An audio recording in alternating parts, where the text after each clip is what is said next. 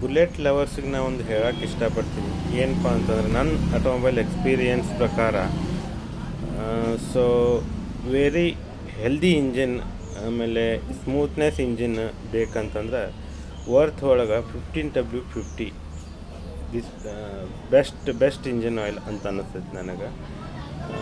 15W50 worth synthetic technology ಐತಿ. MRP ಬಂದುಬಿಟ್ಟು 1700 and change 2.5 ಲೀಟ್ರಿಗೆ. ಸೊ ಆಮೇಲೆ ಇನ್ನೊಂದು ಬೆಸ್ಟ್ ಅಂತಂದ್ರೆ ಬೈಕ್ ಲವರ್ಸಿಗೆ, ಆಮೇಲೆ ಬುಲೆಟ್ ಲವರ್ಸಿಗೆ ವರ್ತ್ ಒಳಗೆ ಇಂಜಿನ್ ಫ್ಲಶ್ ಅಂತ ಬರ್ತೈತಿ. ಇಂಜಿನ್ ಫ್ಲಶ್ ಅದನ್ನ ಯಾವಾಗ ಯೂಸ್ ಮಾಡ್ಬೇಕಂತಂದರೆ, ನೀವು ಆಯಿಲ್ ಚೇಂಜ್ ಮಾಡಬೇಕಂದ್ರೆ 15 ಮಿನಿಟ್ಸ್ ಇಂಜಿನ್ ಆಯಿಲ್ದೊಳಗೆ ಅದು ಕಂಟೆಂಟ್ ಹಾಕಬೇಕು. ಹಳೆ ಇಂಜಿನ್ ಆಯಿಲ್ದಾಗ ಹಾಕಿ ಇಂಜಿನ್ ಸ್ಟಾರ್ಟ್ ಇಡಬೇಕು 15 to 20 minutes. 15 to 20 minutes start ಇದ್ಮೇಲೆ ಡ್ರೈನ್ ಮಾಡಬೇಕು.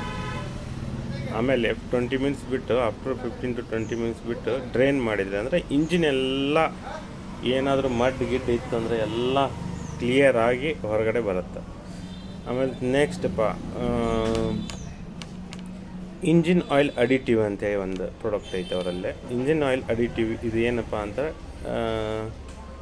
ಹೊಸ ಇಂಜಿನ್ ಆಯಿಲ್ ಯಾವಾಗ ಹಾಕ್ತಿರಲ್ಲ ಅದ್ರ ಜೊತೆ ಮಿಕ್ಸ್ ಮಾಡೋದು. ಆಮೇಲೆ ಇಂಜಿನ್ದಾಗ ಹೊಸ ಇಂಜಿನ್ ಆಯಿಲ್ ಹಾಕಿದ್ರಂದ್ರೆ ಆಮೇಲೆ ಇದ್ರ ಮೇಲೆ ಟಾಪಪ್ ಮಾಡೋದು.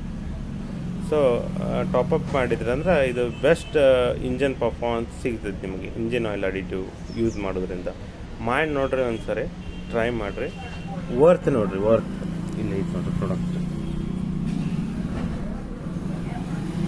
ನೋಡಿದ್ರಿ? Okay, thank you.